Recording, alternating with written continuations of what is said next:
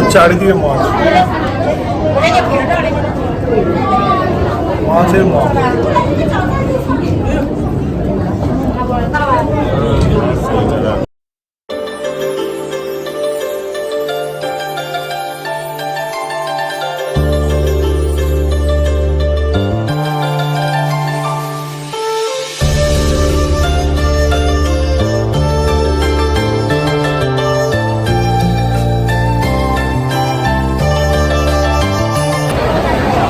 ঠাকুর দেখতে যাচ্ছি।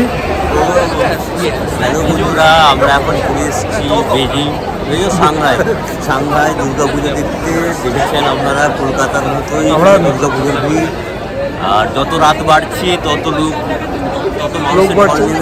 আমরা এখন বান প্যান্ডেল দেখতে যাচ্ছি, তাই তো? আমরা এখন বান পূজা মণ্ডপের দিকে এগোচ্ছি। চলো, বিখ্যাত সেই সাংহাই শহরের ভিউ, যেটা মানে একদম ওয়ার্ল্ড ফেমাস। এটা দেখার জন্যই সবাই আসে এখানে।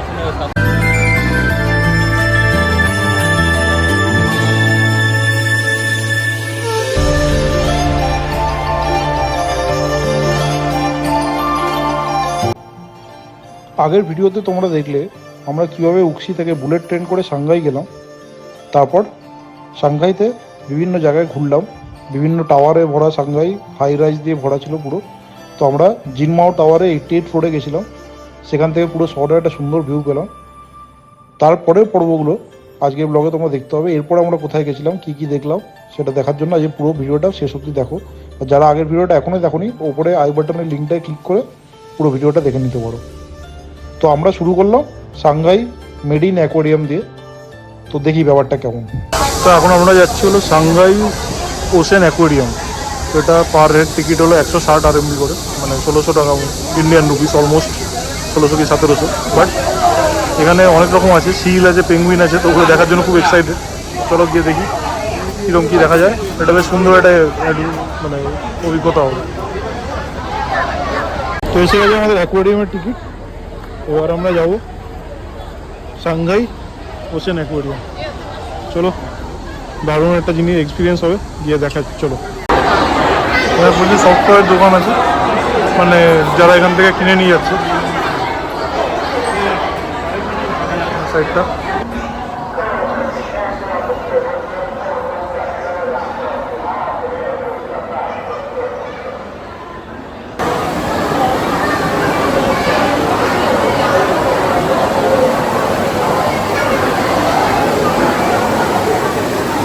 এখানে কি আছে দেখি।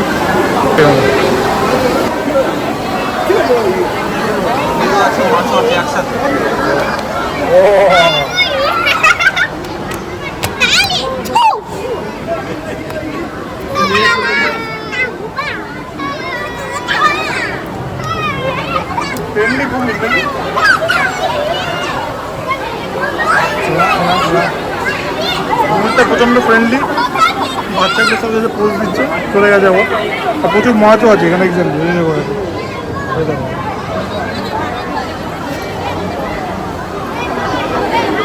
আমার আসছে।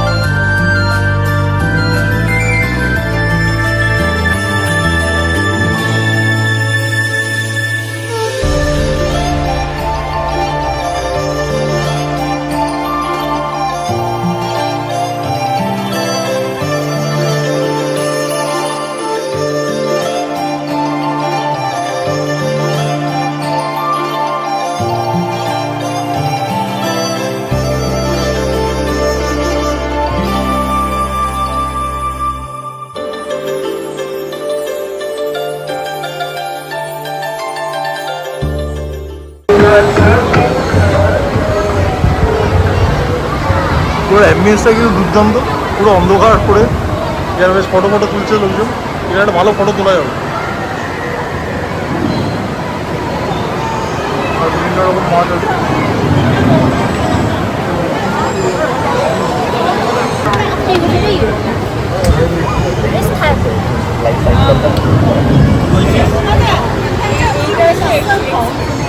এটা হলো এক্সরে ফিশ, ওটা নিয়ন tetra.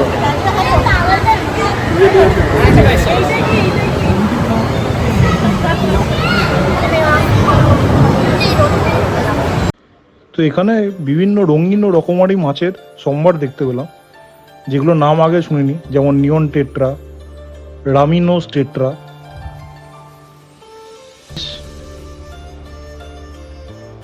Cupid সিসিলিড,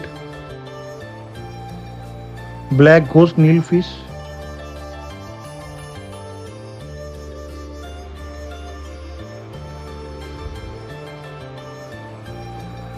dwarf সিসিলিড,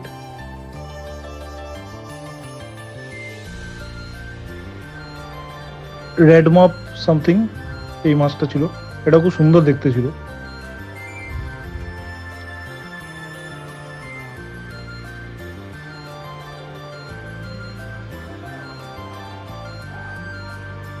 Amazon পফার,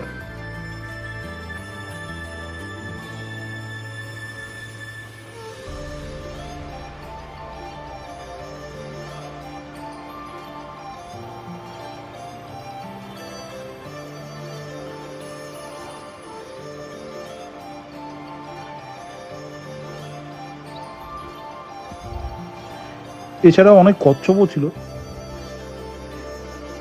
yellow river turtle, এবং তাছাড়াও আরও অনেক ভ্যারাইটি অফ টার্টেল ছিল এখানে।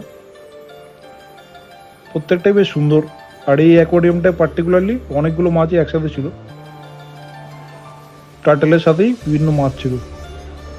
তো সবকটার নাম আর তোমাদের পড়ে দেখাচ্ছি না, তোমরা পজ করে দেখে নিতে পারো চাইলে, বা যারা মাছের বিষয়ে উৎসাহী তারা তো জানতেই পারবে। এই মাছগুলো খুব সুন্দর ছিল, অনেকটা চাঁদার মতো দেখতে, আমাদের মানে বাঙালি টার্মে যে বলি না চাঁদা ফিশ, ওরকম টাইপেরই ব্যাপারটা, বাট খুব সুন্দর দেখতে ছিল, খুব প্রচণ্ড কালারফুল। আর মাছগুলো না খুব স্টিল হয়ে দাঁড়িয়েছিল, বেশি মুভমেন্ট করছিল না, তো দেখতে বেশ ভালো লাগছিল। খুব ফটোজেনিক ছিল মাছগুলো, এটুকু বলতে পারি। আর ছিল এখানকার ফেমাস অ্যাঞ্জেল ফিশ।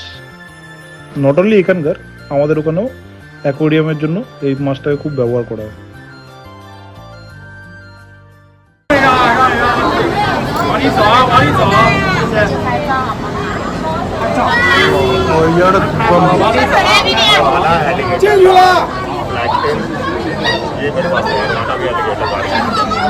ये क्या है? इतना बड़ा? अच्छा।往前走，往前走，不要停，往前走。往前走，往前走，不要停，往前走。往前走，往前走，不要停，往前走。往前走，往前走，不要停，往前走。走慢点。往前走，往前走，不要停，往前走。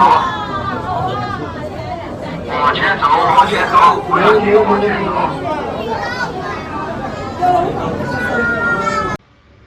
তারপরে দেখতে পেলাম একটা ইলেকট্রিক ইল আর স্টিংরে, দুটো কিন্তু খুবই ডেঞ্জারাস ডেডলি ফিশ।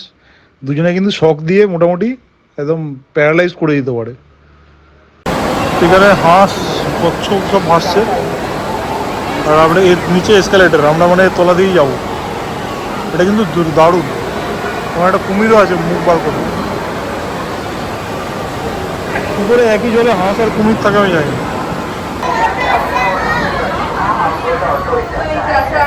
এখন আমরা নামছি আন্ডার ওয়াটার।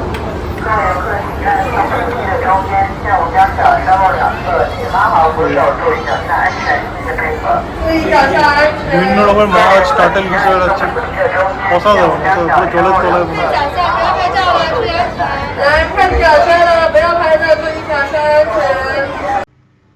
দেখলাম একটা শোট ফিশ, এর মুখটা কিন্তু পুরো শোটের মতো আর প্রচণ্ড ধারালো। এটা যদি কাউকে একটা ফুটিয়ে দেয় তো সে গেল।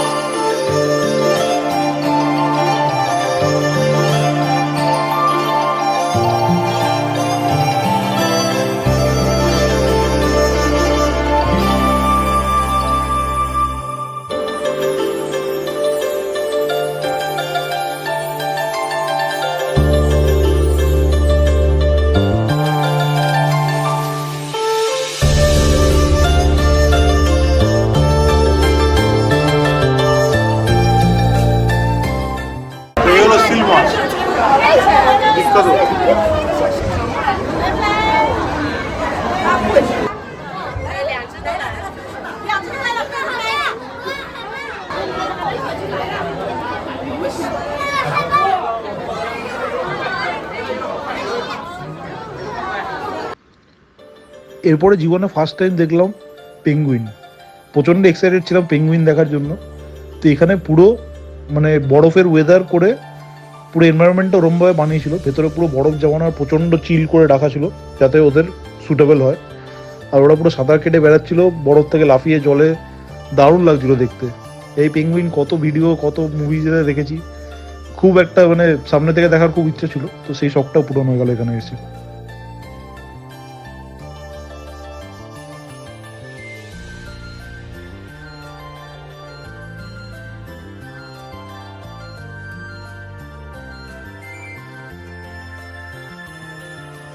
এরপরে দেখলাম একটা লাইভ কোরালের সেকশন,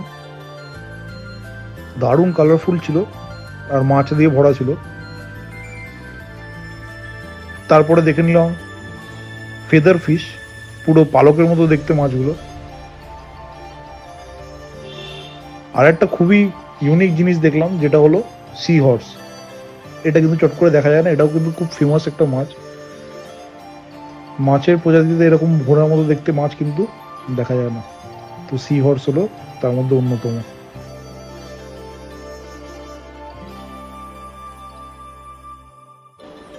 এরপরে একটা সাপের মতো মাছ দেখলাম, নামটা আমার ঠিক মনে নেই, একটু খটোমটো। তোমরা কেউ যদি মাছটা চেনো তাহলে অবশ্যই কমেন্ট করে জানাও।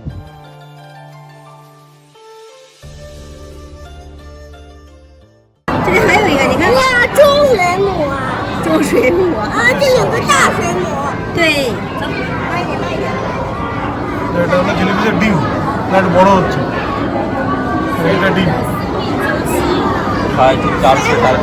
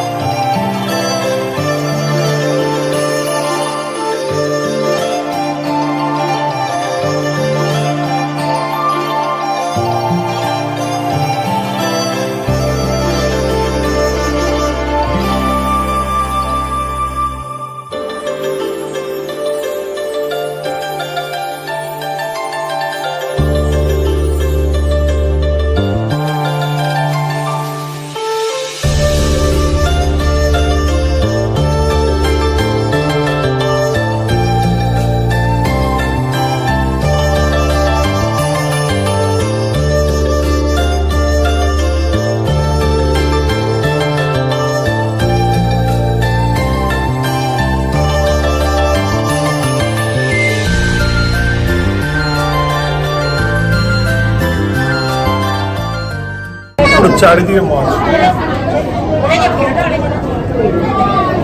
মাছের মাছ।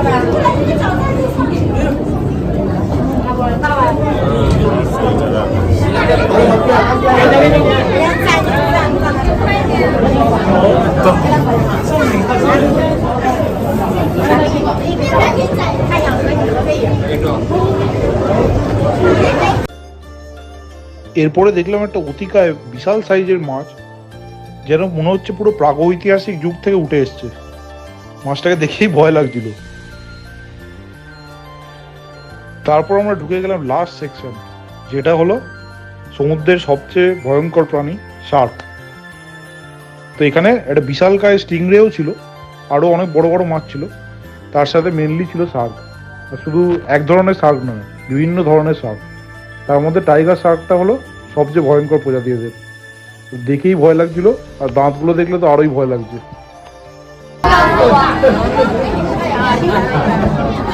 সবকটাই বিভিন্ন ভ্যারাইটির শার্ক। এটা জেব্রা শার্ক, জেব্রা শার্ক। ওটাকে দেখো, আমার চুল ফুলগুলো দেখেই মানে সেই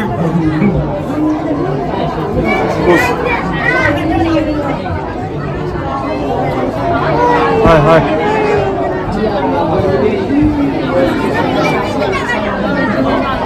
পুরো জোস। এগুলো তো কামড় দেয় না, এর একটা লেজের বাড়িতেই শেষ। তো আমাদের মেরিন অ্যাকোয়ারিয়াম দেখার পালা শেষ, এরপরে আমরা বেরিয়ে পড়লাম। আজকেও আমাদের এখন খাওয়ারের পালা, চিকেন স্টিক। এটা এখানকার বেস্ট আইটেম, দারুণ লাগছে আমাদের। চিকেন ছাড়া আরও অনেক রকম অপশান আছে, যে দেখতে পাচ্ছ এরকম সব কিছুই আছে। আমরা একটা ফ্রাইড চিকেনও নিয়েছি, বাট আপাতত এটা খাই। ফ্রাইড চিকেন খাবো, দিয়ে একটু কোল্ড ড্রিঙ্কস খেয়ে আবার নেক্সট ডেস্টিনেশনে যাবো। চলো দেখা হবে। এরপরে আমরা বাইরের চকটায় খানিকক্ষণ বসে খাবারটা এনজয় করলাম, তারপর সাথে কয়েকটা কোল্ড ড্রিঙ্কসও নিয়েছিলাম, সেগুলোও খেলাম। দিয়ে এবার একটু পেটটাও ভরলো, মনটাও শান্তি পেলো। তারপরে আমরা ডিসাইড করলাম এখান থেকে সাংহাইয়ের বিখ্যাত নানজিং রোডে যাব। তো নানজিং রোডে যাওয়ার জন্য আমাদের মেট্রো ধরতে হতো। তো মেট্রোতে আবার আমাদের 3 RMB করে পার হেড লাগতো, 5 জনের 15 RMB। আবার সেম ওয়েতে আমাদেরকে একটা একটা করে কয়েন দিয়ে মেট্রোর টিকিটটা কাটতে হলো। যাদের এখানকার লোকাল আলিপে স্ক্যানার আছে, যেমন আমাদের গুগল পে বা ফোনপে, তাদের কিন্তু এই সব কিছুর ঝামেলা নেই, তারা স্ক্যান করে পেমেন্ট করে দিচ্ছে প্রত্যেকটা জায়গাতেই। কিন্তু আমাদের কাছে সেই অপশানটা যেহেতু নেই, তাই জন্য আমাদেরকে লোকাল কারেন্সি ইউজ করতে হচ্ছিলো, আর মেট্রোর জন্য কয়েন ছাড়া কোনো অপশান নেই।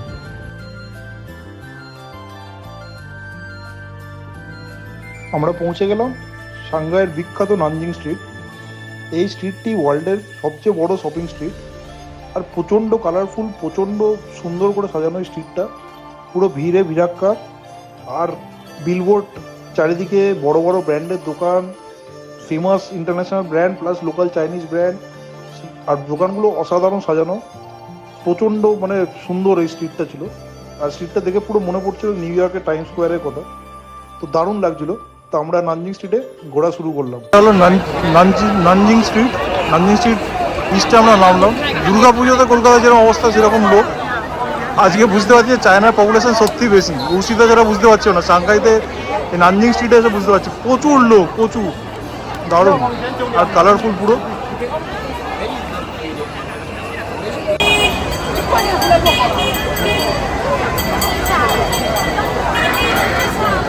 মনে হচ্ছে প্রপার।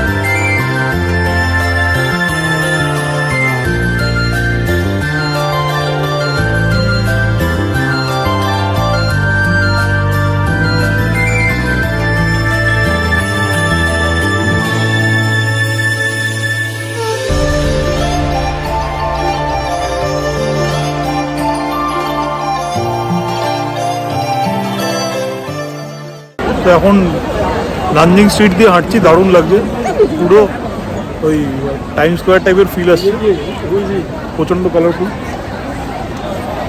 দারুণ দারুণ, চারিদিকে লোকজন।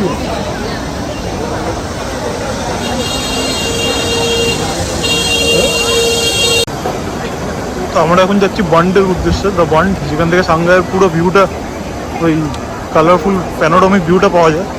বাট এই রাস্তাটা দেখো, টাইম স্কোয়ারের মতোই পুরো একদম দুর্দান্ত লাগছে, দুর্দান্ত, প্রচুর লোকজন, প্রচণ্ড হ্যাপেনিং, আর দারুণ লাগছে। উক্সি যেমন একটা শান্তশিষ্ট জায়গা, এটা ততটাই হ্যাপেনিং, দারুণ। তো চলো রাস্তার ভিউ এনজয় করতে করতে আমরা পৌঁছে যাই বান্ডের দিকে। ঠাকুর দেখতে যাচ্ছি। হ্যালো বন্ধুরা, আমরা এখন ঘুরে এসেছি বেজিং, সাংহাই দুর্গা পুজো দেখতে। দেখেছেন আপনারা কলকাতার মতোই দুর্গা পুজোর ভিড়, আর যত রাত বাড়ছে তত লোক, তত মানুষ নেমেছে এখানে। আমরা এখন বান্ড প্যান্ডেল দেখতে যাচ্ছি, তাই তো? আমরা এখন বান্ড পূজা মণ্ডপের দিকে এগোচ্ছি। আপনারা দেখছেন কত মানুষের ভিড় এখানে, আর যত রাত বাড়বে এই ভিড় আরো বাড়বে। এখন ওই দড়ি ফেলে দিয়েছে, রাস্তা ক্রস করার জন্য দড়ি ফেলে দিয়েছে। আর আমাদের দিদির যে উন্নয়নের জোয়ার দেখছেন কীরকম সাংহাইতে চলে এসছে। এখন আপনি বাঙালি বিশ্ব বাংলা হয়ে গেছে, যেখানে যাবেন সেখানে গিয়ে শুধু বাঙালি সব দুর্গা পুজো। সাংহাইতে দুর্গা পুজো, তাই তো? বান্ড প্যান্ডেল হয়েছে, খুব ফেমাস। অ্যাকচুয়ালি এটা কিন্তু বান্ড না, এটা শিবভূমি। সবাই যাচ্ছে শিবভূমি পুজো দেখতে, তাই তো? শিবভূমির এবারে থিম বান্ড। চলো, ওই ভলেন্টিয়ারদের বাসির আওয়াজও আসছে পুরো দুর্গা পুজোর মতোই। তো চাইনিজ দুর্গাপুজো চলছে এখন, বাঁশির আওয়াজও আসছে।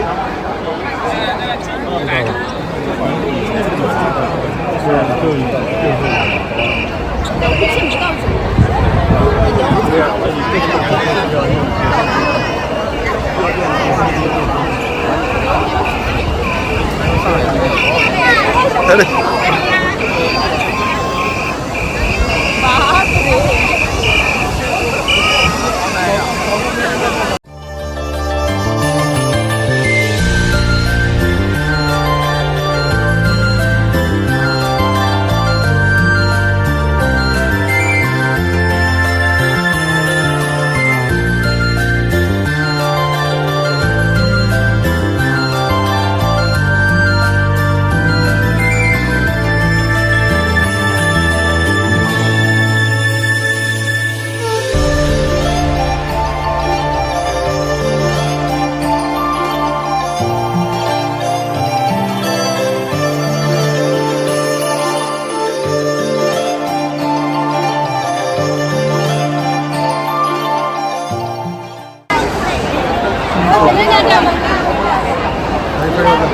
हाँ इधर इधर मतलब ये लोकेशन में मतलब তো এই হচ্ছে সেই পাল্টোয়া যেখানে আমরা ছিলাম। আবার ওটাই দেখতে এসেছি উল্টো দিক থেকে, বাট এখন আলাদাই লাগছে রাত্রিবেলা।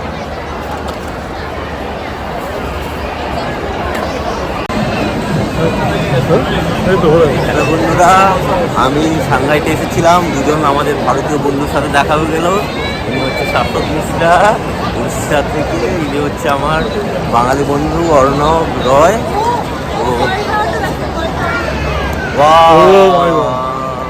হলো বিখ্যাত সেই সাংঘাই শহরের ভিউ, যেটা মানে একদম ওয়ার্ল্ড ফেমাস। এটা দেখার জন্যই সবাই আসে এখানে। ফাইনালি একদম সামনে দেখতে হচ্ছে, দারুণ দারুণ লাগে। পাল টাওয়ার, ওই আমরা যেটা উঠেছিলাম ওই টাওয়ারটা ওখানে আছে ওইদিকে।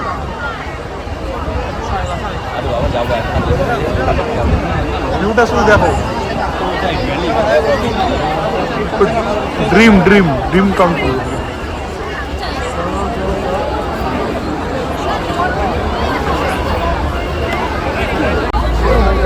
ওই যে টাওয়ারটা, ওটা আমরা গেছিলাম আজকে 88 ফ্লোরে, আর এটা তো আমরা ভাবো 140 ফ্লোর বা এরকম কিছু হবে পাল টাওয়ার।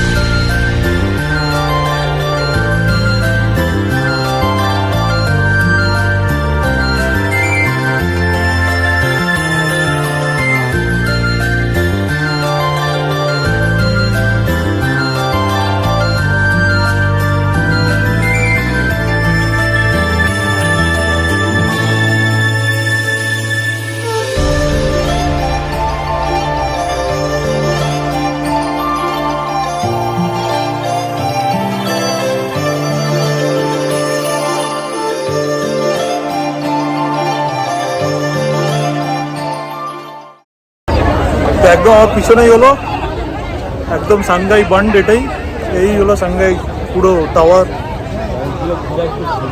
দারুণ দারুণ অসাধারণ পুরো পিছন দিকটা। প্রচন্ড ভিড়, সামনের দিকে গিয়ে ছবি তুলতে পারছি না, বাট যতটা পারছি চেষ্টা করছি। আর একটু ফাঁকা পেলেই আমরা ছবি তুলবো। চলো দেখে আমাদের ইমিডিয়েট বেরোতে হবে, ট্রেন আছে। চলো আমরা বান্ড ছেড়ে বেরিয়ে যাচ্ছি লাস্ট দিয়ে, এবার আমাদের ট্রেন করতে হবে। আবার সামনের দিকে বেরিয়ে যাবো। এখন পুরো জন অরণ্য, লোকে লোকারণ্য, দেখো কত লোক। তো আমাদের ট্রেন ধরতে হবে, মেট্রো করে যেতে হবে সাংঘাই স্টেশন, ওখান থেকে বুলেট ট্রেন ধরতে হবে। তাই জন্য বেরোই। চলো আমার দৌড়াতে হবে, মেট্রোয় উঠে বা ট্রেনে উঠে আবার কথা হচ্ছে। বাট এটা দারুণ ছিল, এটা সারা জীবন মনে থাকবে। চলো। তো প্রচণ্ড ভিড় ঠেলতে ঠেলতে আমরা গিয়ে গেলাম মেট্রো স্টেশনের দিকে, মেট্রো ধরবো বলে। ভিড়টা প্রচণ্ড ছিল, কিন্তু বেশ ভালোই লাগছিল। আরেকটা জিনিস আমি এখানে নোটিস করলাম, আর আপনারাও যারা আমার পুরোনো ব্লগটা দেখেছেন, চায়না পুরো সিরিজটা ফলো করেছেন, তারা নোটিস করবেন শিওরলি, যে এখানে ছেলেমেয়েরা কিন্তু সাদা কালো জামা বেশি পড়ছে। তো এটার কারণটা আমি ঠিক জানি না, হয়তো এই শহরের এতই রঙিন সেটার সাথে ম্যাচ করার জন্য ছেলেমেয়েরা সাদা জালো জামা কাপড় পরছে। আমরা মেট্রো করে এলাম, দিয়ে এবার আমরা বুলেট ট্রেনে উঠবো। ওই দিকটা মেট্রো স্টেশন ছিল আর এই দিকটা হলো বুলেট ট্রেনের স্টেশন। এবার আমরা ফার্স্ট ক্লাসে যাবো। তো ফার্স্ট ক্লাস বুলেট ট্রেন আলাদাই মজা। আর এটা স্টেশনটা খুব সুন্দর, অনেকটা শিয়ালদা ভাইব দিচ্ছে, একটু কম লোকদা আর পরিষ্কার বেশি, বাকি কিন্তু শিয়ালদার মতোই। ট্রেনের টাইমিংগুলো দেখাচ্ছে। চলো আমাদের এবার বুলেট ট্রেন ফার্স্ট ক্লাসের জার্নির অভিজ্ঞতাটা তোমাদের সাথে শেয়ার করি, চলো।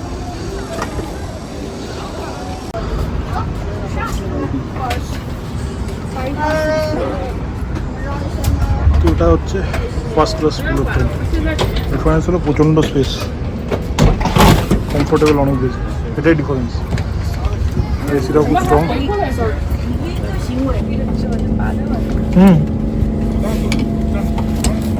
এখানে ফুড রেস্ট আছে আর স্পেসটা অনেক বেশি, টিভির মতো কিছু একটা আছে আর মাথার পিছনে বালিশ আছে। তো আরাম করে ঘুমোতে ঘুমোতে যাওয়ার জন্য বেটার, বাকি খুব একটা ডিফারেন্স নেই। বাট টিকিটের প্রাইস প্রায় 20 টাকার মতো ডিফারেন্স, 20 RMB, মানে 2000 টাকা, সরি 200 টাকা।